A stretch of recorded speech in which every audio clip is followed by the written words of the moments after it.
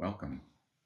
I am Scott Ferguson at your reading service today with the third installment of Chekhov.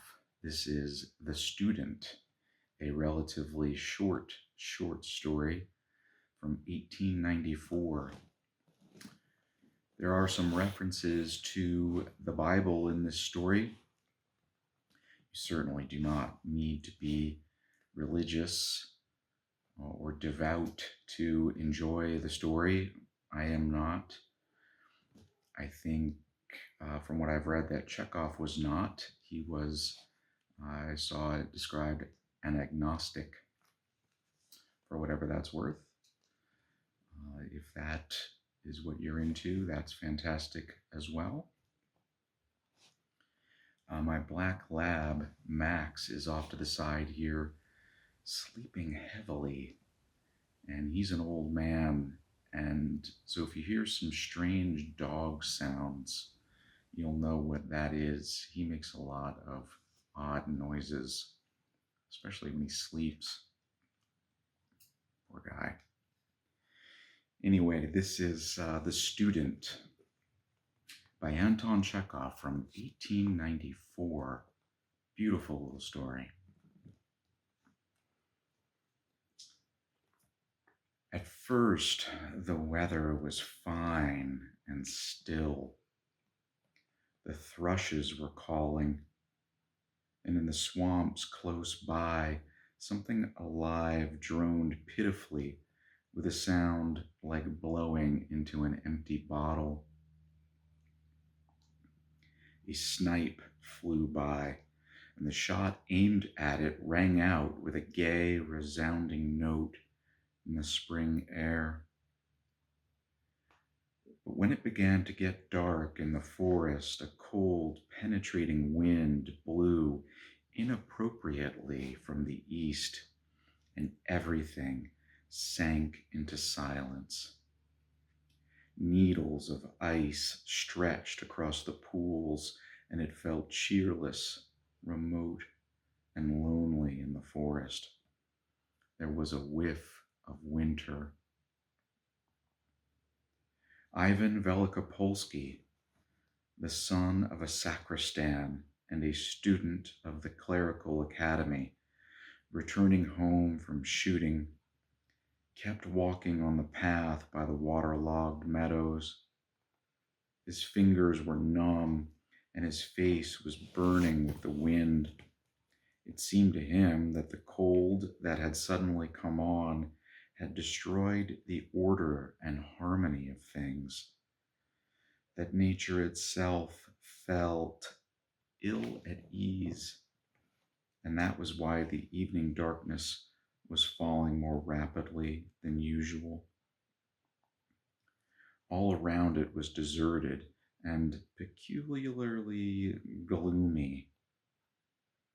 The only light was one gleaming in the widow's gardens near the river, the village over 3 miles away, and everything in the distance all round was plunged in the cold evening mist. The student remembered that, as he had left the house, his mother was sitting barefoot on the floor in the entryway, cleaning the samovar, while his father lay on the stove coughing.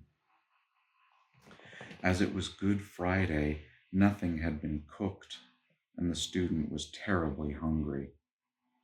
And now, shrinking from the cold, he thought that just such a wind had blown in the days of Rurik and in the time of Ivan the Terrible and Peter. And in their time, there had been just the same desperate poverty and hunger, the same thatched roofs with holes in them, ignorance, misery, the same desolation around, the same darkness, the same feeling of oppression. All these had existed, did exist, and would exist. And the lapse of 1,000 years would make life no better. and he did not want to go home. The gardens were called the Widows because they were kept by two widows, mother and daughter. A campfire was burning brightly with a crackling sound, throwing out light far around on the plowed earth. The widow Vasilisa, a tall, fat old woman in a man's coat, was standing by and looking thoughtfully into the fire. Her daughter Lucaria, a little pockmarked woman with a stupid-looking face, was sitting on the ground washing a cauldron and spoons. Apparently, they had just had supper. There was a sound of men's voices. It was the laborers watering their horses at the river. "Here you have winter back again," said the student, going up to the campfire. "Good evening." Vasilisa started, but at once recognized him and smiled cordially. "I did not know you. God bless you," she said. "You'll be rich." They talked. Vasilisa, a woman of experience who had been in service with the gentry, first as a wet nurse, afterwards as a children's nurse, expressed herself with refinement, and a soft, sedate smile never left her face.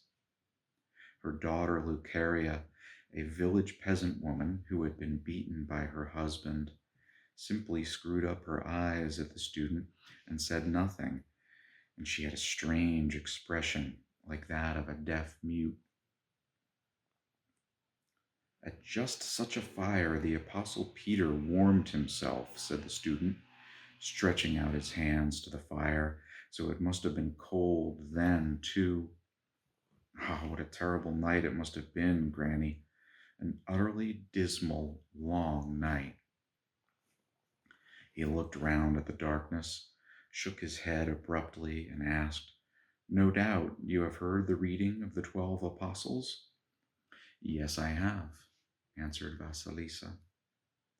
"If you remember, at the Last Supper, Peter said to Jesus, 'I am ready to go with thee into darkness and unto death.' And our Lord answered him thus, 'I say unto thee, Peter, before the cock croweth, thou wilt have denied me thrice.'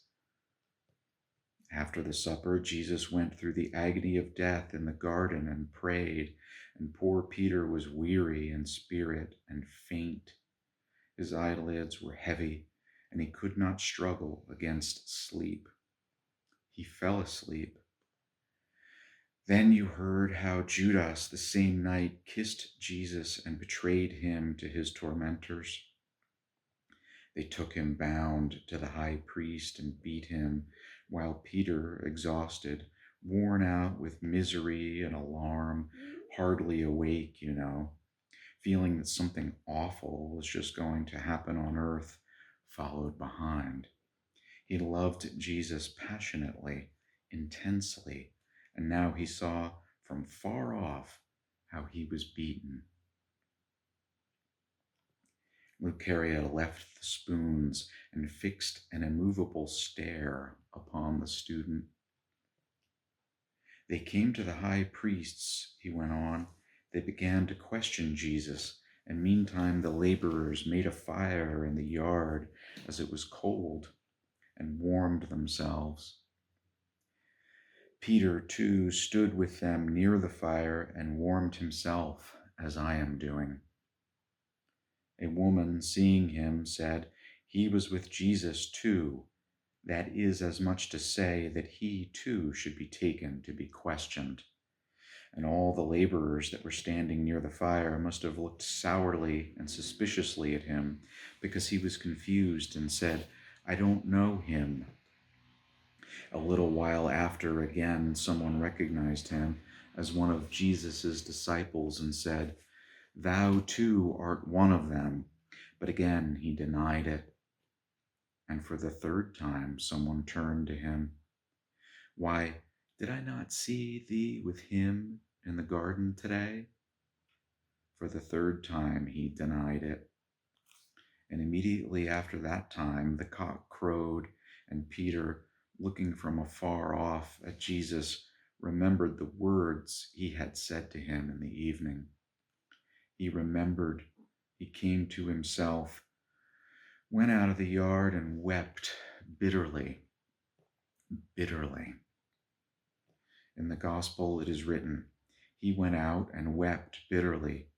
I imagine it, the still, still, dark, dark garden, and in the stillness, faintly audible, smothered sobbing.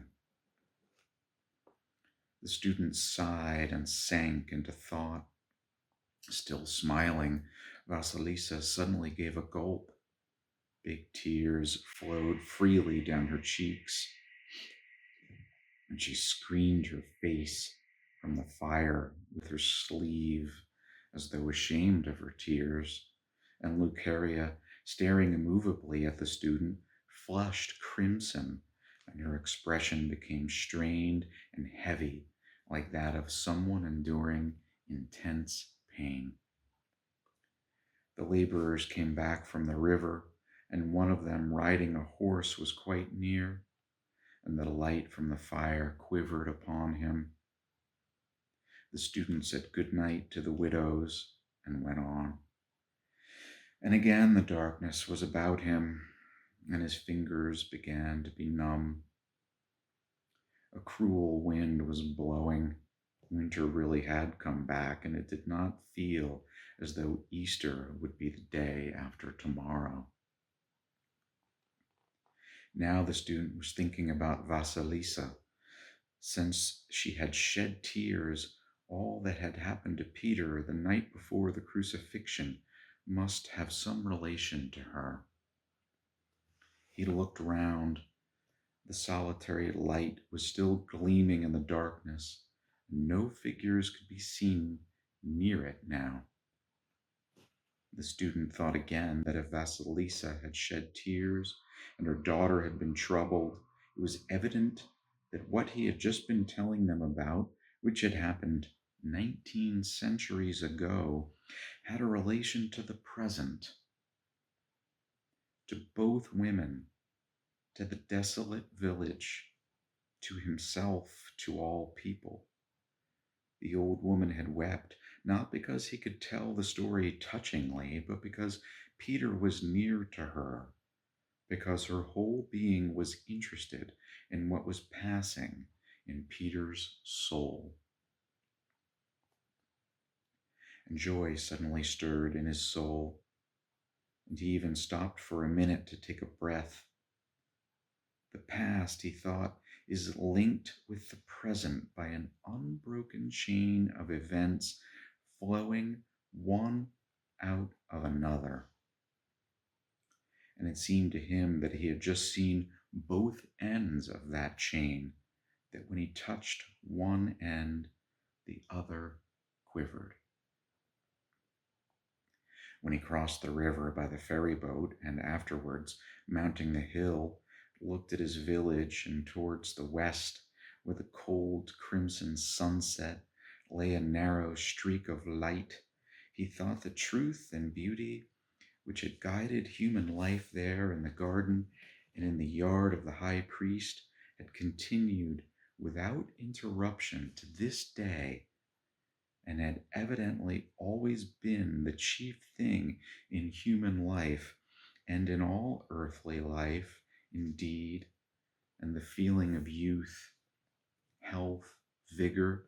He was only 22, and the inexpressible sweet expectation of happiness, of unknown mysterious happiness, took possession of him little by little, and life seemed to him enchanting, marvelous, and full of lofty meaning. And that was The Student by Anton Chekhov from 1894. A lovely little tale about the interconnectedness and ongoingness of all things. I hope you enjoyed the story, I thank you very much for watching and for listening.